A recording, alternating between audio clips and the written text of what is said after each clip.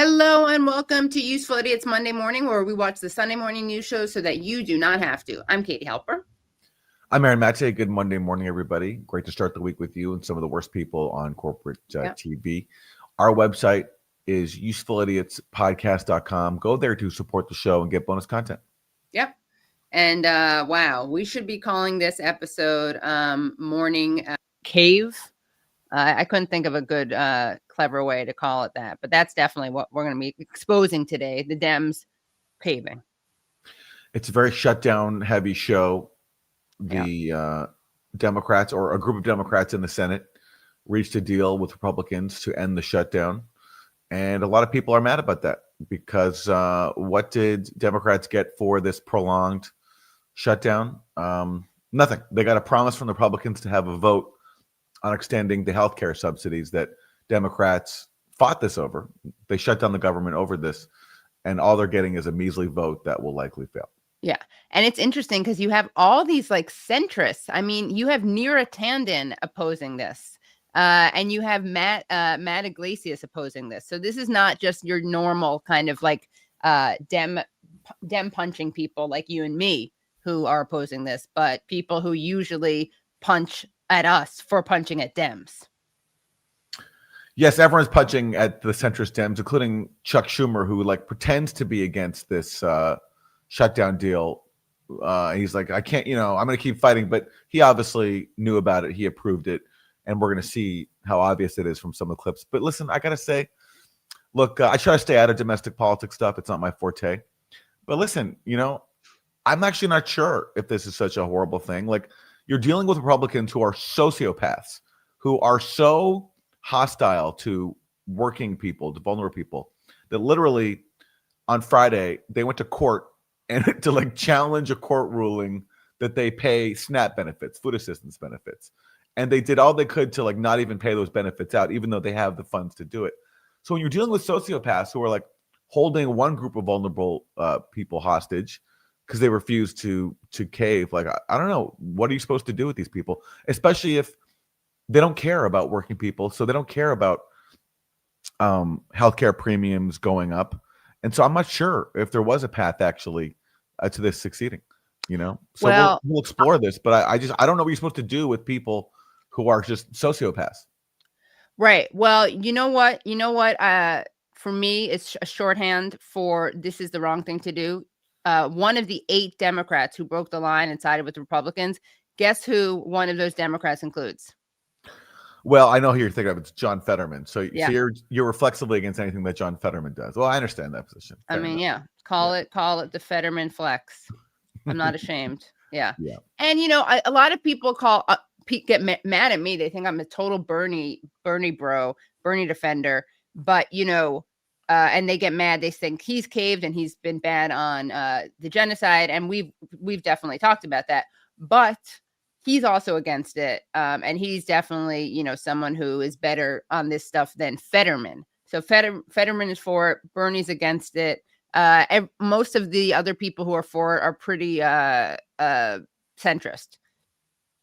And so I think I'm confident, even though it's like, you said it's not your lane. I'm confident it was the wrong thing to do. And again, when you have consensus among people like Bernie Sanders and Neera Tanden, to me, that's a good sign that it's a mistake. Well, again, I go back to the fact that Republicans, they're so stubborn and they don't care about working people, so that they were willing to let healthcare subsidies increase, and they also were willing to starve and deny food to people on food assistance. In that situation, I just don't know what you're supposed to do. I do think the point was made that it's Republicans that are blocking healthcare subsidies and that they don't care about vulnerable people. And I just don't know in that situation what you're supposed to do, because ultimately, you're pitting one group of, and this is the Republicans are doing, you're pitting one group of vulnerable people against another. So you're pitting 42 million people who need food assistance versus about 20 million people who need healthcare like subsidies. So in that situation, like, who's to say that it's okay to continue this? And like, if I met someone who's on SNAP, and am I going to make the case I'm sorry, you have to keep going hungry because we have to win this fight over healthcare. Like it's tough. And this is a situation that you're in when you're ruled by sociopaths, literal sociopaths. Right. Yeah. Challenging. There's another aspect that we can get into at another point, but it is Sean McCarthy tweeted out, Democrats caved because they didn't want Trump to nuke the filibuster, because then they'd have to actually do something next time they take power. Maybe the most useless political party in all of recorded history. That's a whole other issue, the role of the filibuster, which is true. All right. Well, and it was also another thing. They did it right after the elections. That's no coincidence. So this to me actually proves that it wasn't for the sake of the people, because if that were true, they would have not waited until after the election. They wait until after the election because they knew this wasn't going to be popular. Well, sure. And everyone does that. Republicans, of course, yeah. In cutting Medicaid, for example, they schedule a lot of their cuts to happen after the midterms. So, because they don't want to face the consequences of their policies before the voters. Yeah. All right. Well, listen, so we have a lot to cover. We're going to cover the before the shutdown deal was reached and the aftermath. We have a lot of clips to get to. So let's start with our weekly recap from Meet the Depressed. And this is before the Sunday afternoon shutdown deal was reached. And they were also blaming Republicans. Another reason this was stupid to cave. Okay. Good Sunday morning. Urgent negotiations to reopen the federal government and end the longest shutdown in U.S. history are underway here in Washington.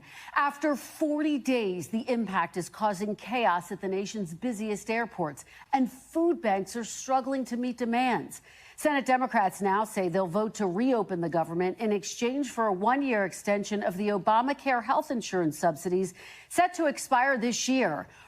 Well, that was dropped pretty fast. So that was their position Sunday morning. Okay, fine. We'll reopen the government if you give us a one-year extension of the Obamacare subsidies. By Sunday afternoon, now we know that was gone. And all they got was a promise for a vote on the subsidies, which will fail. Right, exactly. Yeah. I mean, it was all for naught. It's just politically very stupid because, again, as I had just mentioned, but I wasn't very clear about who I was talking about, voters were blaming Republicans for this. Republicans have so far rejected the proposal. After elections this week where Democrats won big in Virginia, New Jersey, and New York, the issue of rising costs and affordability ranks as one of the top issues for voters. If you could boil down the theme of Tuesday's elections down to one word, it was affordability. And for me, it was Israel, because I refused to endorse the candidate in my own city. Right. The one who ran the most on affordability. Yeah, exactly. More than anyone else. Yeah. Yeah, exactly. Right. Yeah. Yeah, it was affordability. But for me, because of Israel, I wasn't able to actually get behind the affordability candidate. But anyway, don't pay attention to that. Yeah. Republicans absolutely whiffed on that by focusing on everything but affordability. So did you, sir, okay, because your guy in New York City, your candidate, Zohran Mamdani, he centered affordability, and you refused to endorse him. How he is, like, I understand there's, Chuck Schumer was known as like a savvy behind-the-scenes operator, I don't know, in like the early 2000s and 1990s. Like, okay, sure, I'm sure he was. But 2025, I'm sorry, the guy is just, I think everyone agrees, no matter where you are in the spectrum, the Democratic Party, like that, he's not a good leader. No, I think people can agree on that now. Yeah, there's a guy who also said, who was like in the 2016 election, where for every working class, for every blue collar voter we lose in Western Pennsylvania, we'll pick up 2 to 3 moderate Republicans in the suburbs. Blah blah blah. Okay, so how did that work out for you? Come on. That alone should have been disqualifying for Chuck Schumer's leadership. Yeah. But it wasn't. After that, he was made the leader of the Democratic Party in the Senate, and here we are. It's so ridiculous. Yeah. And by the way, I mean, the fact that this victory on Tuesday night on the message of not just affordability, but fighting against Trump, right after that, this is when the Democrats cave. In fact, Republicans have governed all year like drunken sailors. We are the ones that have done a great job with affordability, not the Democrats. And yet we just lost a couple of elections. And joining me now is the House. All right. Well, that's right. Trump there is complaining that he's not getting enough credit for all he's done on affordability. to the point where, and check this out. This is a clip from last week. He literally called the issue of affordability a con job. This is Trump. So that would mean that the whole series of pricing and costs, the groceries and everything else, it was a con job. It was a con job. Affordability, they call it, was a con job by the Democrats. The Democrats are good at a few things: cheating on elections and conning people with facts that aren't true. Facts that aren't true. Well, first of all, if it is a fact, that means it is a fact. It means it's true. Right, anyway, yeah, exactly. Right. But the point is, look, Trump ran and was successful by pointing to inflation and the high cost of what he considers to be the exotic word of groceries. Right. That was effective for him. Fancy word. What is it? An old word, a great word, old-fashioned. Old-fashioned. Yeah. It's so old-fashioned groceries. He loves to marvel at that. Beautiful and old-fashioned, yeah. So that wasn't a con job when he did it by his definition. But when Democrats now talk about the continued high cost of groceries, that's a con job, according to Trump. Yeah. And the problem with that is, people have made this point. You can invent stories about undocumented immigrants, eating the cats, eating the dogs. You can fearmonger about migrants and gangs and all that stuff, but you can't tell people that affordability is a con job when the prices at the grocery store are higher or the same as they were under Biden. You just can't do that. And according to even government data, as in the government of Donald Trump, consumer prices are up 3% in the last year. And what was the main knock on Democrats during Biden's inflation years? It was that they weren't acknowledging people's pain, and they were saying, oh, things are fine. Well, guess what? This is exactly what the Trump administration is doing too. So here is the director of the National Economic Council, Kevin Hassett. Grocery prices are actually down significantly under Trump. But here's the thing. It depends on which... Let me I just make a point. If you look at the real reduction in spending power for Americans under Joe Biden, then it went down about $3,000 because we had up to 9% inflation, and then they went to the grocery store. They couldn't buy the things they were used to buying. The real spending power, adjusted for inflation under President Trump, has gone up about $1,200 so far this year. $1,200 is not $3,000. And so people are right to feel stretched, but we're making progress. And if you look at all the positive things about the economy, industrial production just about at an all-time high, capital spending about at an all-time high, GDP growth right now about 4%, then that shows that the income growth that we need to get it more affordability is on the path to happening.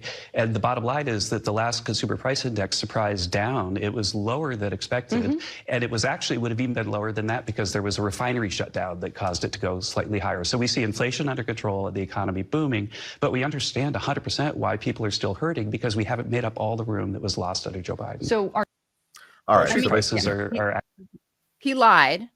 She started to interrupt him, and he was like, "Let me finish." She should have blocked him and responded right away and said he's lying because again, prices have risen. Food prices rose 3.1% in the last year. And it's been predicted that, and again, this is from the government, it's predicted that it'll rise again by 3% the next year. And in Biden's last year as president, prices only rose by 2.3%. It was a lot bigger the first year because of the pandemic, though. But in the last year, it was only rose by 2.3%. So, lying liars. All right. And also, it sounds like he needs to blow his nose. Doesn't he sound stuffed up? Yeah. Needs to take a decongestant or something. So Trump is calling affordability a con job. What else is he doing? He's also saying, hey, guess what? I'm going to send you a $2,000 dividend check from my tariffs because I'm making so much money off tariffs. This is this is one of Trump's recent posts. This is what he said. People that are against tariffs are fools, blah, blah, blah, blah, blah. A dividend of at least $2,000 a person, not including high-income people, will be paid to everyone. Wow. So, okay, people are struggling. The government shut down. But guess what, everyone's going to get a $2,000 check from all the money he's raised from his dividends. And again, I'm sure he's inflating the amount of money those tariffs have actually. Everyone's going to get money from how much money his tariffs have raised. And I'm sure he's inflating the number that he's raised. Anyway. So he's promising $2,000 to everyone. But guess what? That's actually not going to happen. This is Trump's Treasury Secretary Scott Bessent walking that back. It could the $2,000 dividend could come in lots of forms, in lots of ways, George. It could be just the tax decreases that we are seeing on the president's agenda. No tax on tips, no tax on overtime, no tax on Social Security, deductibility of auto loans. So. Okay, that's not how it works. If you're promising everyone a $2,000 check, you don't get to say, yeah, okay, the $2,000 will come in the form of things we previously promised that don't even apply to everybody. So, for example, not everybody makes tips. In fact, the majority of the population doesn't make tips. And the tax cuts disproportionately benefited the ultra wealthy. So, so basically, he's saying that the thing that Trump just promised you will come via things he's previously promised that don't even apply to everybody. Yeah, it's one of Trump's kind of Tourette's moments where he just says something that's not actually backed up, and then his people have to walk it back. Yeah, it's very Biden-esque because Biden also promised checks. Yes. It's like, yeah, as soon as I get in office, we'll get those checks out the door. And of course, that didn't happen. That did not happen. Another new Trump plan. Yeah, Trump, I got to say something. I want to give Biden credit. Trump gets all the credit for lying. But we should remember that Biden lied a lot too. And I feel like he never got enough credit for that. Remember, there was a Trump lie tracker in the Washington Post. Then they stopped that once Biden got into office. He's an unsung hero of lying. Biden. Yeah, well, I mean, look, he's you could argue that, Biden is a pathological liar. I mean, he lied throughout his political career. He had to drop his 1988 presidential campaign because he was caught lying about his past and plagiarizing a British or a Scottish politician's speech. So sure, Biden's got many years in the game. Yeah. Okay. Another Trump idea was he's like, all right, rather than having healthcare subsidies to insurance companies, how about we just give people money themselves and then they can do what they want with it towards their healthcare. And so here is the White House National Economic Council Director Kevin Hassett on that one. The president, just in the past 36 hours, has put out a number of social media posts. Mm-hmm. It sounds sort of like he's proposing something in regard to health insurance payments. He said, I'm recommended to Senate Republicans that hundreds of billions of dollars currently being sent to money-sucking insurance companies to save bad health care provided by Obamacare now be sent to the people so they can purchase their own much better health care. He also said they should terminate Obamacare. Okay, but here's the problem here. So Trump is saying, rather than sending the money to money-sucking insurance companies, we're going to send it directly to people so that they can buy their own health care. But who are the people going to buy their health care from? The money-sucking insurance companies. Right. So it's you're proposing the exact same thing. The problem with the system is you're still subsidizing, no matter what you do, money-sucking insurance companies because we refuse to provide universal health care for everybody. Right. Yeah, exactly. And also, why not just offer Medicare for all? And that's because the health care executives who donated millions to his cause. Exactly. Yeah. What does this alternative system look like? Because the entire standoff is about healthcare right now. Right. Well, the president is, a beautiful tactician, a beautiful negotiator, and what he said, he's brainstorming and trying to help the Senate come up with a deal that can get the government open. And beautiful, it's brilliant. Yeah. What a tactician. Yes. By just spewing a bunch of crazy random social media posts, and this will help move negotiations along. What he's really doing is he's trying to cover up the fact that he has no ideas himself, and he's presiding over a shutdown that's really hurting working people. Right. So according to Kevin Hassett, that means he's a beautiful tactician. And unfortunately, under the new reign of Barry Weiss at CBS News, oh my God, CBS has to be even more deferential to the government than they were before, which is really saying something right. That they already were. But last week when Trump did an interview with 60 Minutes, which is also owned by CBS, literally he praised Barry Weiss. He's like, you have a great new leader at CBS News. So it's this is now the new era where CBS News, unfortunately, has to be even more subservient to the government than they already were, which is wow. Yeah. One of the things you could do. Keep going. Yeah. is conservatives believe that they don't want the government to micromanage people's lives. And, everybody believes that people should have health care. And so why not take the people who have higher health care premiums and just mail them a check and let them decide? The reason why it could have an effect is that they're both. Let them decide what, like which profiteering healthcare company to like give their money to, which they can't cover the healthcare that they need. That's the point. Right. Like, healthcare costs are too high. And that's why you have these subsidies under Obamacare, is because the market, as much as we love the market, I'm sorry, the market is not helping people get the healthcare that they need. So they can't afford it, even if they're getting subsidized healthcare. Yeah. I mean, as bad as Biden is and Obamacare is, this is actually way worse. Yeah, because at least like the Obamacare is something, like you're right. helping people. You're helping people like defray the costs of like these money sucking insurance companies. Trump's idea is just nothing. They really have absolutely nothing. And he thinks that like basically saying, I'm going to send you a check, that's going to like get people on board. But to do what? To pay for healthcare that is unaffordable and to buy it from the exact same companies that are failing to deliver healthcare for everybody. It's just, it makes no sense. Okay, let's turn to Senator James Lankford, also a Republican. How is he going to, help the people in his state who are going to be denied their healthcare subsidies if Trump has his way? It's worth noting that 80% of these subsidies are actually going to help people who live in states that President Trump did win back in 2024, including 300,000 who live in Oklahoma. In my state. Yes. Right. Should those 300,000 Oklahomans be prepared for their subsidies to skyrocket or to potentially lose coverage? Yeah, we're trying to find a way to be able to help. But again, remember, this is not the Obamacare subsidies. This is on top of the Obamacare subsidy. This is the bonus COVID plan that Democrats put in place in 2021 that they had expiring this year because they literally said this is a COVID plus up during the healthcare emergency. What we're saying is if we're going to get back into healthcare again, why are we talking about $40 billion just for that group? I've got 300,000 Oklahomans that are receiving those subsidies, but I've got 4 million Oklahomans total that are struggling under the high cost of health insurance. What are we doing for that? I think the question. What are you doing for that? That is the question. And look, it's true. Some of these subsidies were tacked on under COVID, but whatever you want to call it, that's because the current system is failing people. This like worship of the so-called free market, right, in which you hand over healthcare to private, unaccountable tyrannies that are concerned not with like delivering healthcare, but with their own profit margins. It's not going to work.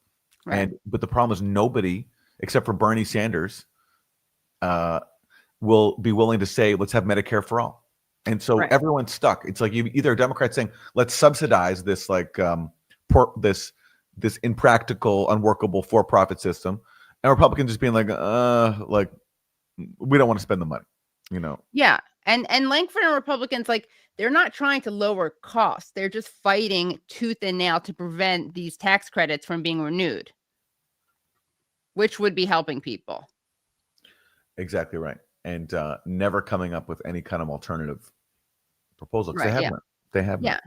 And the tax credits and subsidies like are what helped reduce insurance costs, right? Again, it's not a perfect system, or the ACA wasn't a perfect system, but it did help reduce them.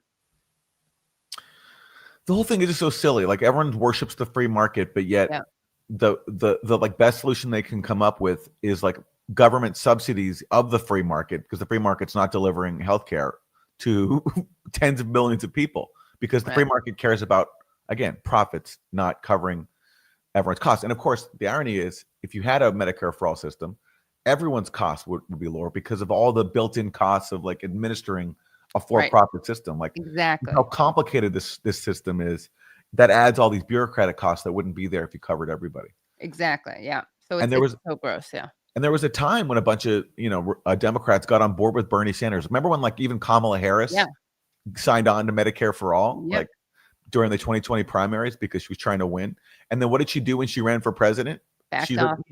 The vice president no longer supports Medicare for all. Yeah. So there was a brief window when Bernie had some momentum, but even now, a lot of Democrats have jump ship because, again, they're listening to their donors, not their voters. Right. Yeah. And again, no one could talk about, like, even now, I can't think of one thing that Kamala really ran on.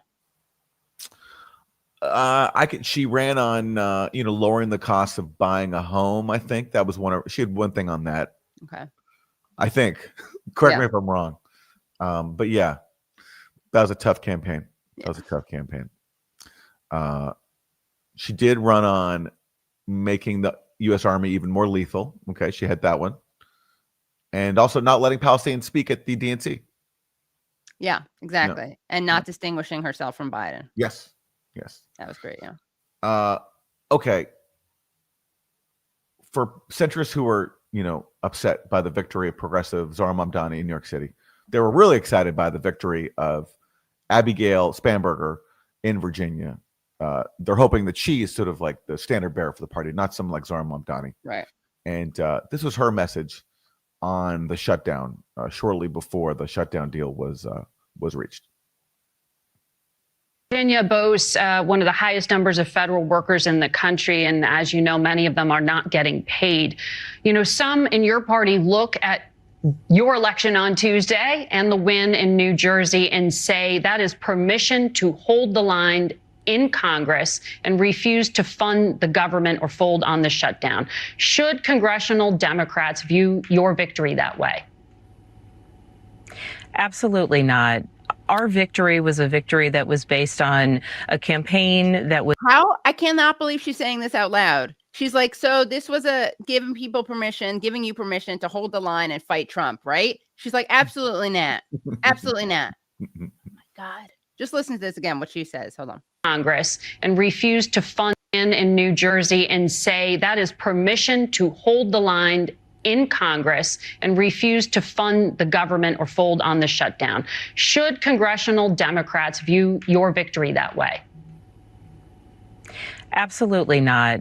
Our victory was a victory that was based on a campaign that was addressing concerns related to costs and chaos. My campaign across the past 2 years have been focused on hearing the challenges that people are facing all across Virginia.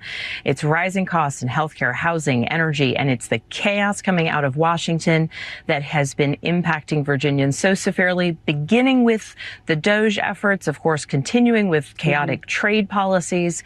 And now in this government shutdown, Virginians need to and Virginians want to see the government reopen. And my expectation is that we will see a Congress, a Senate, and ultimately a president driving us in that direction. But should congressional Democrats open the government and then talk about health care? The government needs to open, and it needs to open immediately. We need the president to demonstrate leadership, bringing people together, endeavoring to get through whatever negotiations need to get through, whether it's before or after. Oh yeah, he's definitely going to do that. Yeah, that's a good thing to rely on. After. My priority is focusing on the needs and the devastation, frankly, that more than 300,000 Virginians are facing. And that's just the federal employees, government contractors. They will never get made whole. The entirety of Virginia's economy is impacted by this shutdown, just as we've been impacted by DOGE attacks. And the government needs to reopen quickly. Yeah, I mean, I kind of admire how she just owns. No, don't think of this as a referendum, as permission to actually fight Trump. It's ridiculous. She's not representing the base. Like, even just according to the Kaiser Family Foundation, 74% of U.S. adults overall say Congress should extend the enhanced tax credits for people who purchase their own insurance through ACA Marketplace. About 3 times the share who say Congress should let these credits expire. So, yeah, she's not in touch with the people. She's just in touch with, I guess, like folding and caving. All right. Well, let's turn to Democratic House Leader Hakeem Jeffries. Oh, my gosh. He now has to deal with the fact that in his own hometown, the people have elected a progressive mayor who centers affordability and also believes Palestinians are human beings. Everything that Hakeem Jeffries does not believe. And so Hakeem Jeffries waited till the very last minute to endorse Zohran Mamdani, and is still not very gung-ho about his victory. So let's hear how he's taking the new era of Zohran Mamdani in New York City. Prioritizing the wealthy, the well-off, and the well-connected. Two quick questions, lightning round. Mayor-elect Zohran Mamdani won big in New York City. He's just coming into City Hall, having made ambitious promises. Let's take a listen to what he said on election night. Together, New York, we're going to freeze the rent. Together, New York, we're going to make buses fast and free. Together, New York, we're going to deliver universal childcare. So frozen rent, free buses, universal childcare. Do you believe that he can deliver on those promises very quickly, Leader Jeffries? Well, he's going to have to work with the Rent Guidelines Board and probably more importantly with the governor of the state of New York and the state legislature in order to enact those proposals. But I do expect that the legislature, of course, and the governor are going to meet him in good faith, try to negotiate a path forward. But it's all centered around the notion of making New York City more affordable, which is, of course, what we have to do throughout America in a country that's far too expensive. This is the wealthiest country in the history of the world. It's unacceptable that far too many people are struggling to live paycheck to paycheck. Leader Jeffries, quickly, before I let you go. Again, just manages to say nothing. What a ringing endorsement of Zohran's really moderate policies. Again, like, Zohran is like attacked as a communist, blah, blah, blah. His policies are incredibly moderate. Universal childcare, free buses, and freezing the rent in rent-stabilized apartments. And Hakeem Jeffries is like, well, he'll have to meet with the governor, see what they can do. Good luck. Yeah. Oh, my God. The governor, Kathy Hochul, who just gave a speech. I can't remember what they were cheering for, something very good. And she literally said, like, well, you know how I am. The more that you push me to do something, the less likely I am to do it. Like, okay, so that makes you a bad governor, literally. That's not how you work. You're supposed to represent the people, not be spiteful. The more you ask me to be democratic, exactly, I will be a dictator. Right. That's what he's basically saying. Yeah. And Hakeem Jeffries is like, we have to make the country more affordable. Zohran's totally right. Like, yes, it's a major problem. Anyway, when it comes to his actual concrete proposals to increase affordability, I'm not going to go ahead and endorse that. But good luck to him. Good luck. I barely met with him. Yeah. Good luck. Yeah. I wish him well. Yeah. I hope the rent board, talks to him in good faith. I'm sure it will go well. All right. Well, air travel. Look, it's one of the consequences of the shutdown is they've canceled a lot of flights, and that's especially ominous ahead of the Thanksgiving holiday when travel's at a record high. So here is Trump's transportation secretary Sean Duffy on what's ahead for air travel if the government continues to shut down. That's your question. It's only going to get worse. I look to the 2 weeks before Thanksgiving. You're going to see air travel be reduced to a trickle. We have a number of people who want to get home for the holidays. They want to see their family. They want to celebrate this great American holiday. Listen, many of them are not going to be able to get on an airplane. Wow. It's, I mean, such a dysfunctional country where you've all this wealth, total like secure, like there's no war going on, like threatening the US, but yet you can't even keep the government open and you can't even let people travel on the busiest holiday of the year. Now, granted, it looks like they finally reached a deal to avert that, but the fact that we're even in this position, the fact that you're having incidents happening, like there was a flight recently in LA where two planes almost collided, and it's just it's such an indictment, and all these resources going into war and tax cuts, not in building infrastructure and putting all these people in limbo for the holidays. It just underscores just such dysfunction. Yeah, it really does. And again, if the Democrats had held the line and there were these travel disruptions, the Republicans would have been blamed. Yeah, well, let's get more into that. Let's skip ahead to Senator Angus King. He is one of the senators who caved and made this deal with Republicans to open up the government again in exchange for getting a vote on extending healthcare subsidies that will surely fail. And he went on MSNBC this morning and explained why he made the deal. To go back to what the strategy was at the beginning of the shutdown, there were two goals, both of which I support. One was standing up to Donald Trump. The other was getting some resolution on the ACA premium tax credit issue. The problem was the shutdown wasn't accomplishing either goals, and there was there was zero likelihood that it was going to. In terms of standing up to Donald Trump, the shutdown actually gave him more power, Exhibit A being what he's done with SNAP and SNAP benefits across the country. Oh, by the way, Joe, you're going to love this. Guess who's getting paid during the shutdown? Not the park rangers or air traffic controllers, the ICE agents. Under special law, under that big, awful bill that they passed last summer, the ICE agents are being paid. Nobody else is. So standing up to Donald Trump didn't work. It actually gave him more power. That's a bad line. Standing up to Donald Trump didn't work. I know. I mean, why don't they run on that? Yeah. Yeah. I mean, that's not a good line. And what's this metric for not working? Okay. The Democrats smashed the midterm. A majority of Americans blame the Republicans.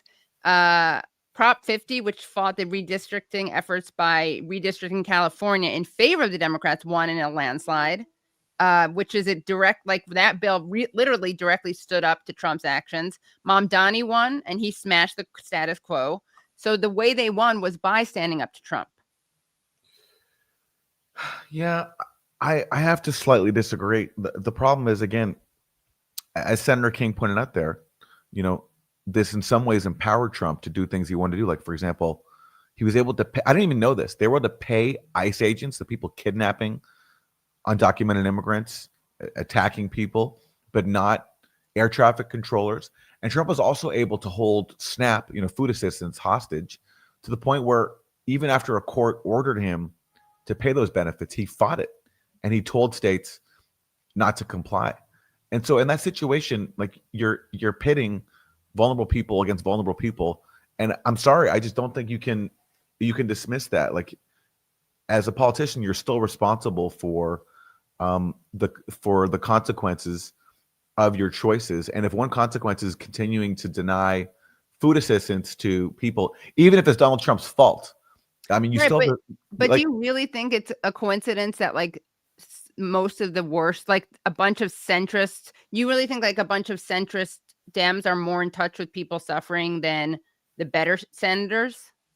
I just don't think that. No, but I can't, make political decisions based on like who's supporting what. To me, it's about just what is the right thing to do. And I'm sorry, what am I gonna if I'm a politician and I have to face someone who's on SNAP who's not getting it? What do I tell them? Sorry, you and your family have to go without food because we need these healthcare subsidies for millions of other people. Well, this is a relevant stat. 81% of Democrats believe that Democrats should, quote, refuse. This is a Kaiser family poll from earlier this month.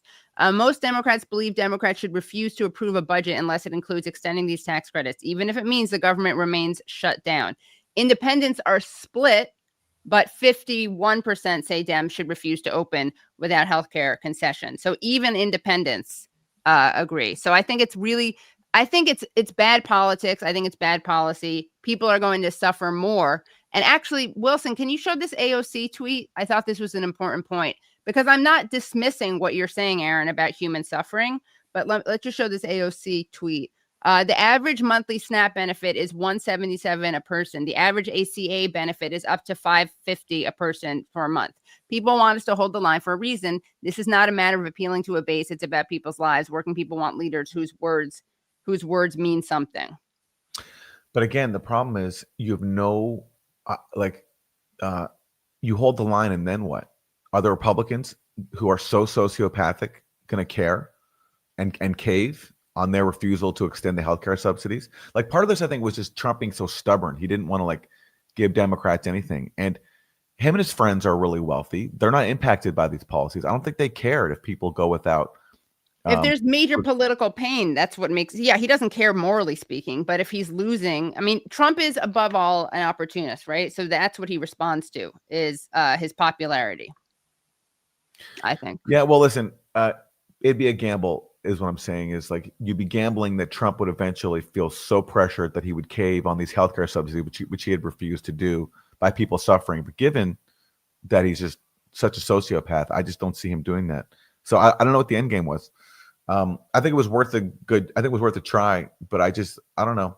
I'm not prepared to say that like this was because again, there's going to be a vote now, and Republicans will reject these healthcare subsidies, so they will still own the pain that they're causing anyway. So it's like I don't think they're actually letting Trump off the hook here. I just don't. Again, if I face somebody on Snap, I just have a hard time telling them, sorry, you have to keep going without food. Yeah, but now you'll face people without healthcare coverage. So, except I couldn't guarantee to them that they would have gotten their healthcare coverage if they'd kept holding the line. Listen, it's all it's all a gamble. I get it. People want a party to fight, and I just don't want to. I just can't. I guess I'm not going to dismiss this as a complete cave. I think there's an argument for it, and look, we'll see what happens once there is this vote. Whether Republicans will pay the price for that. I think they will. When they're voting against helping people who need healthcare benefits, and they're basically like voting to like kick millions of more people off of healthcare while offering no plan of their own. I think that will say something. But remember, I mean, protests did stop Trump from appealing ACA his first term. So I don't know. I just think John McCain stopped Trump from repealing the ACA. John McCain was like the long, when he went and gave the thumbs down. Trump almost got to appeal the ACA, and John McCain, because he, for whatever reason, partly was personal animus with Trump, he ultimately, was the deciding vote in failing to repeal. Right, but that was also probably yes, that and protests, I would say. But yeah, McCain did have a role. Okay, let's skip ahead to Senator Jeanne Shaheen. She went on Fox News this morning and explained why she caved and made the shutdown deal.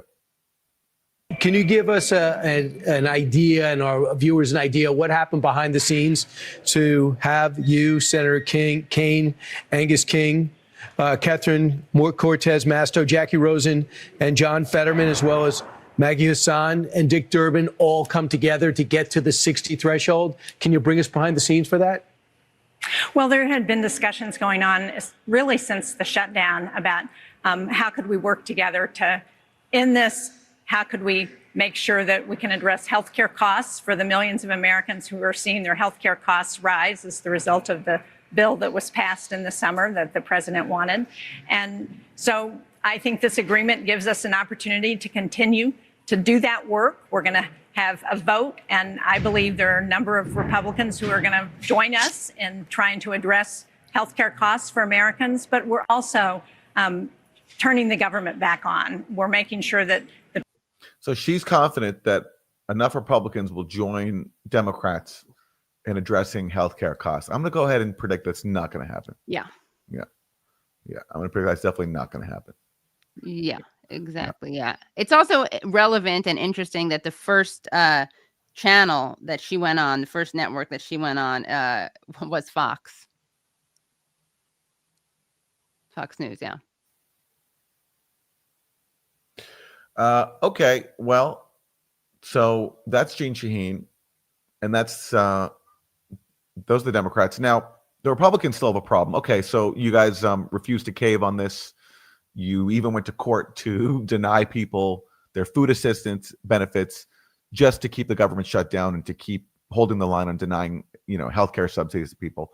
But what do you have on offer? Like, what are you actually going to do to address people's healthcare needs and the fact that millions of people are about to have their premiums increased because of you? Well, Dr. Mehmet Oz, who is in Trump's cabinet, he oversees Medicaid and draws on his experience as a TV host, I'm sure, in that position, really, really well qualified for that job.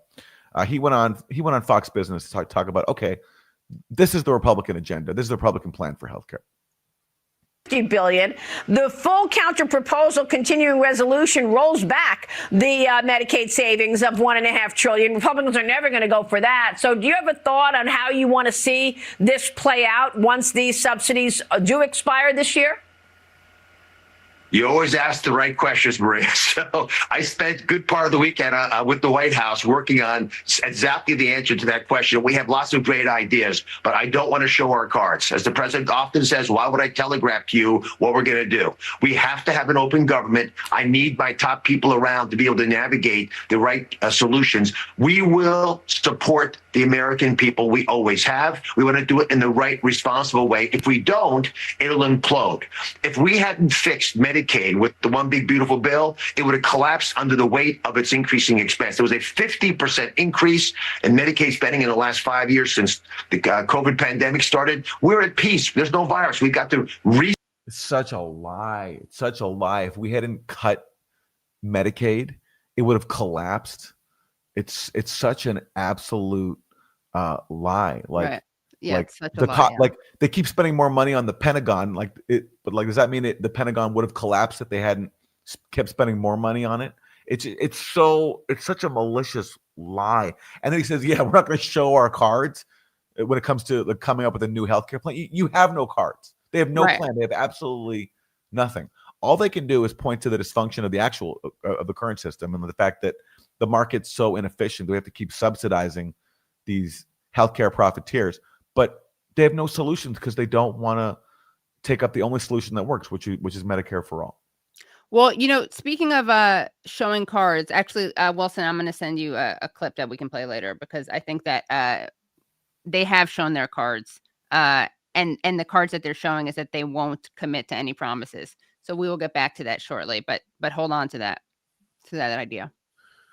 Okay, well, Chuck Schumer, he came out and said he's against this deal. He opposes it. But of course, there's no way it could have gone through without his support. He after all is the leader of Senate Democrats. But here he is on the Senate floor, vowing to keep fighting. Let me be clear. However this vote turns out, this fight will and must continue. Democrats must fight because of millions of families will lose health care coverage. We must fight because children who are dying of cancer will not get health care coverage. We must fight because a senior citizen cannot afford to pay $25,000 a year just for health insurance. We must fight to keep millions from financial ruin. So he's pretending that he's like not on board with this, but of course he was. And in fact, Jeanne Shaheen even said this morning that like she kept Schumer updated throughout her talk. So basically, this is a Schumer deal, no matter how much he tries to pretend otherwise. Yeah. Again, if he wasn't so busy being a guardian of Israel, maybe he could actually, be fighting for the American people. But it's hard to do both. Okay. Well, you wanted to make a point about Republicans and their plans and whether they're going to help people out with health. Yeah. Let's see. So here, take a listen to what Mike Johnson said. Offered them a vote. You know what they told him in response? No, we need you to guarantee the outcome of that vote. Well, that's ridiculous. That can't be done.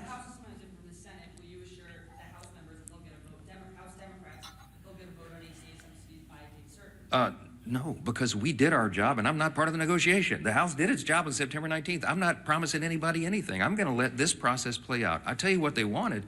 I'll tell you what Schumer and Jeffries wanted. In fact, Chuck Schumer said it publicly and decried that Thune and I would not go in a back room with them and make a four corners agreement on Obamacare subsidies. And I said, there's no way. That it was never possible or appropriate for that to be.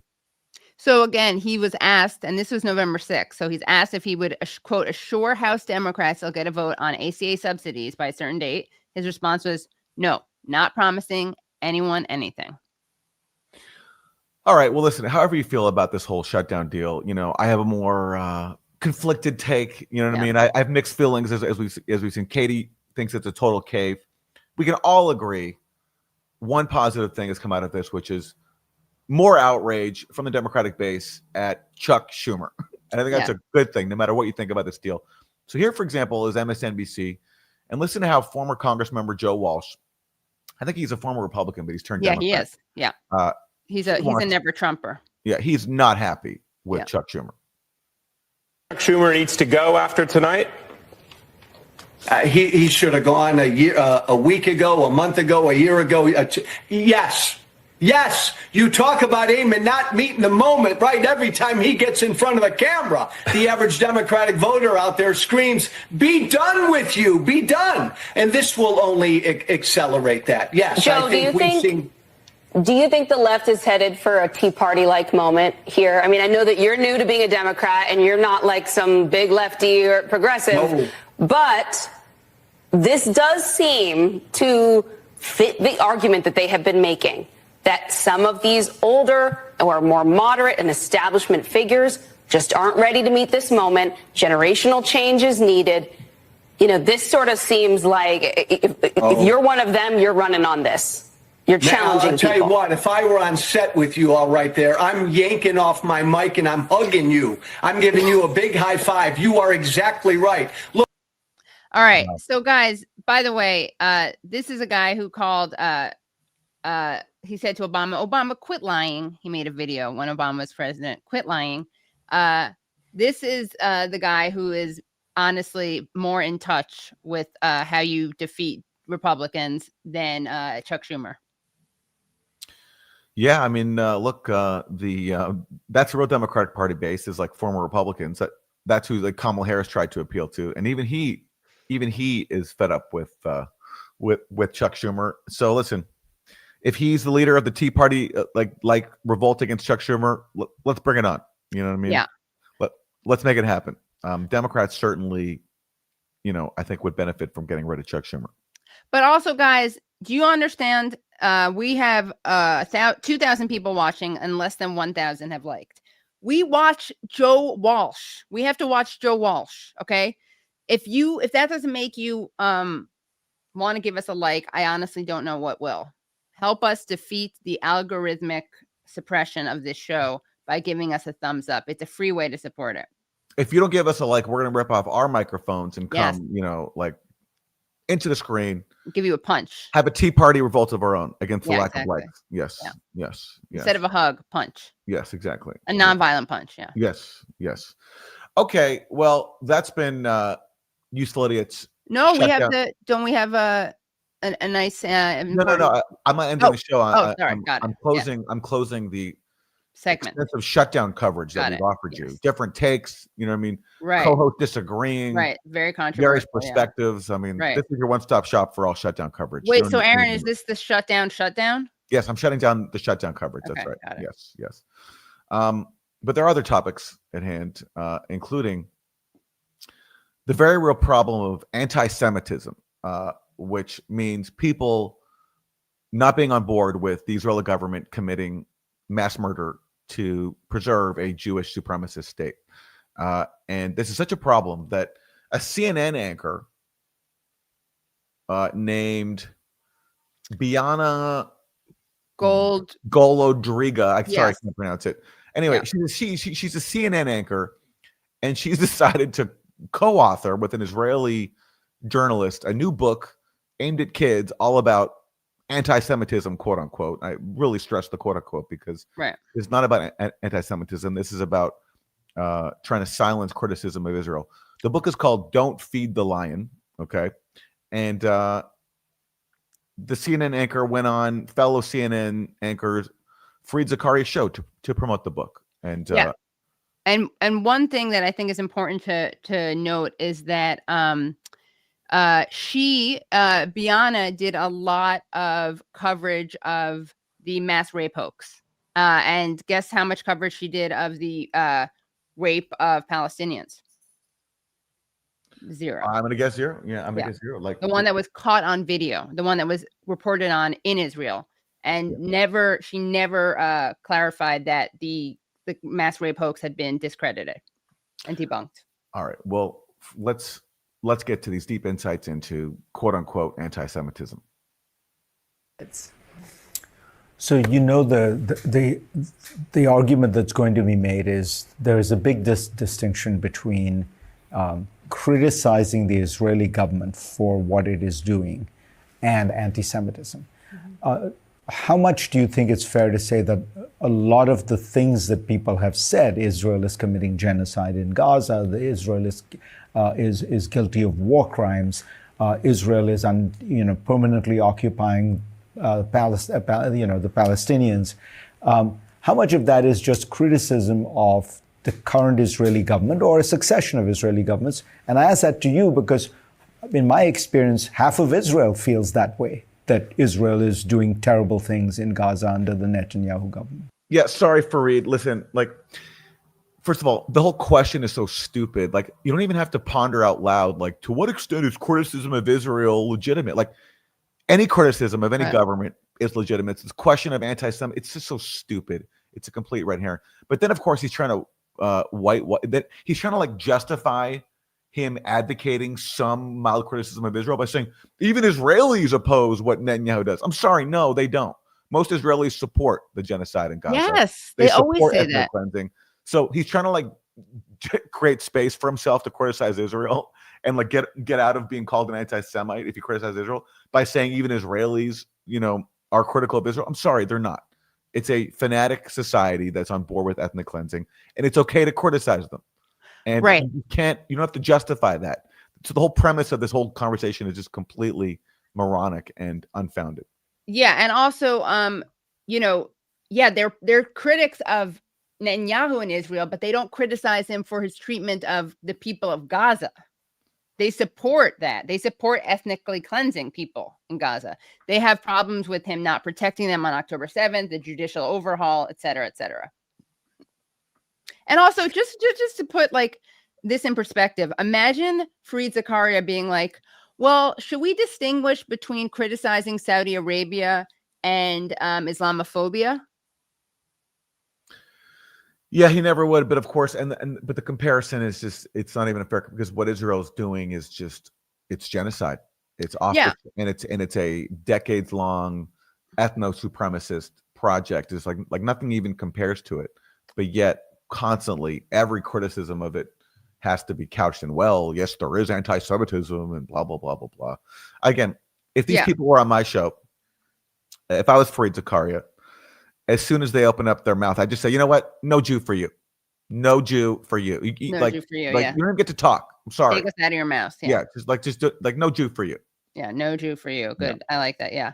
And yes, of course, what Saudi Arabia is doing is not comparable to what Israel is doing. But I just mean, again, imagine saying to someone, well, you're talking about Jamal Khashoggi and the way he was dismembered. But is that Islamophobic?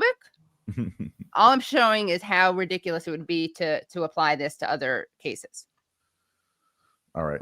Let's hear from these co-authors, including one of whom was a CNN anchor. I mean, so pathetic. Usually they just push their Israel activism from the anchor chair. Right. This lady decided to let's also write a book about it too. Why not? Yeah. Aimed at kids. I mean, I would say a few things, Fareed. And again, thank you for this opportunity. First of all, Israel, as you well know, is a vibrant democracy, and Israelis criticize their government, and indeed journalists criticize the government. That is the way of life in every vibrant democracy. And I think asking questions. Yep. Except, of course, for Palestinians and Palestinian journalists who are murdered. Right, exactly. By the hundreds by Israel, and this idea of Israel as a vibrant democracy. Yes, if you exclude more than 5 million Palestinians living under one of the most brutal occupations in the world. Yes. It's a vibrant ethnocracy. Yes. And theocracy. Yes. Yeah. I'll give her that much. Yeah. Questions about the war or asking questions about the conduct is a legitimate thing. Israelis do it as well. It's yes. For example, you have protests in Israel over the rape and torture of a Palestinian prisoner. But the protest is not against the rape and torture. It's in support of the rape and torturers. Right. That's the vibrant democracy that Israel is. It's true. They have a vibrant defense of rape culture. Yes. They have a vibrant rape culture. Yes, they do. Vibrant conversation in Israel. Where I would draw the line is to say the rule of thumb being, if you criticize Israel, that's not anti-Semitism. If you only criticize Israel, then that would raise a few eyebrows. And when you So, for example, if you're a Palestinian, your home has been stolen from you, you've been kept out of your ancestral homeland, you've been under military occupation, now you're facing a genocide. if you only criticize Israel, that's going to raise some eyebrows. What's wrong with you? Why do you hate Jews so much? Why do you only focus on Israel when all they've done is steal your homeland, murder your family, and make life impossible for you? Right. I mean, that's a good point, Aaron. I think that these people are such racists that she doesn't even consider Palestinians.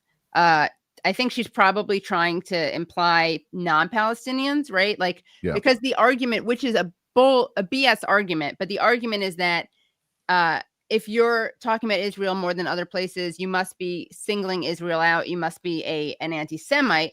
Now, I think most people who are remotely smart, but maybe she's one of these very dumb people, know that, if you're a Palestinian, I think you're allowed to talk about them, but maybe not. Maybe you're right, because there's a really dumb person I know on Twitter, just random person, who literally, I saw her reply to a guy who wrote, it's raining in Gaza, pray for the people in tents. And her response to that was, it rained in Sudan, why the silence?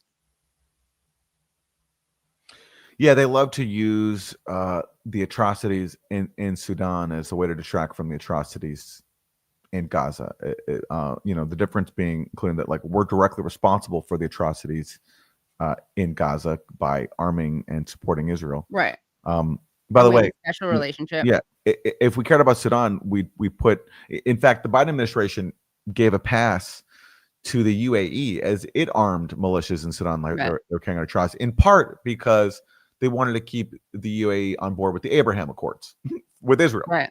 So there's actually a tie there as well. But anyway, all right, let's hear more insights.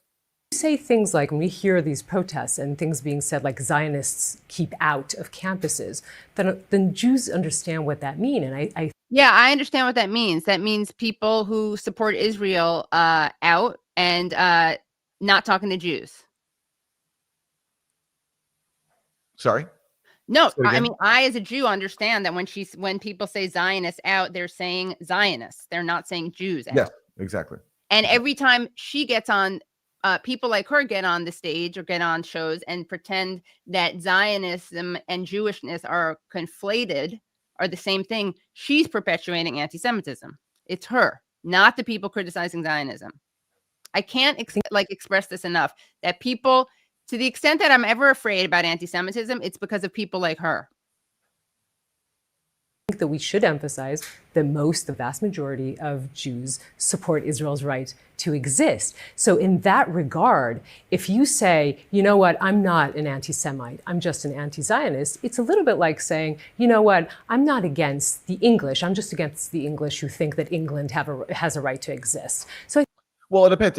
If England is saying we're a Christian ethno-state that has the divine right to steal, I don't know, Irish land and like displace its people and build massive settlements and commit genocide, then actually, then I am against whatever England's self-declared right to exist means there. It's like no one has the right to commit genocide and to be an ethno-state in which one group is superior to the other. Right. But I love how out of touch these people are, that they actually think that like comparing it to England is going to get people upset. Like, oh, the poor oppressed English people. Oh, they've never been settler colonialists. Like, no, the Irish people are the ones that people root for. I think that these things aren't actually very complicated. There are very distinct lines around what is anti-Semitism. And our book really happens before October 7th. It happens in 2022, and we wanted to talk about that hatred, about that age-old hate of Jews, and what to do when you're a kid in this world and you're dealing with all of the issues that kids deal with, and how do you actually, live when you're confronted with this kind of hate. So we're basically trying to train young Nazis. We want the youth to be Nazis, to believe that they're ethnically superior, and to deal with people who believe that people have human rights and equal rights. We want to help young people defend themselves against the idea that everybody is equal. Also, like, what happened to her kid? What anti-Semitic hate crime was her kid subjected to? I'm sure if there were anything, they'd be talking about it. All right. Well, again, they don't have any examples. Yeah. Again, like my only response to these people who constantly talk about anti-Semitism and do it in support of Israeli genocide is like, no Jew for you. You don't have the right. Exactly. You don't have the right to do it, to invoke the very real history of Jewish suffering and persecution to justify a current genocide. You just don't. You just don't. NJFY. Let's make T-shirts that say that. NJFY. Yeah.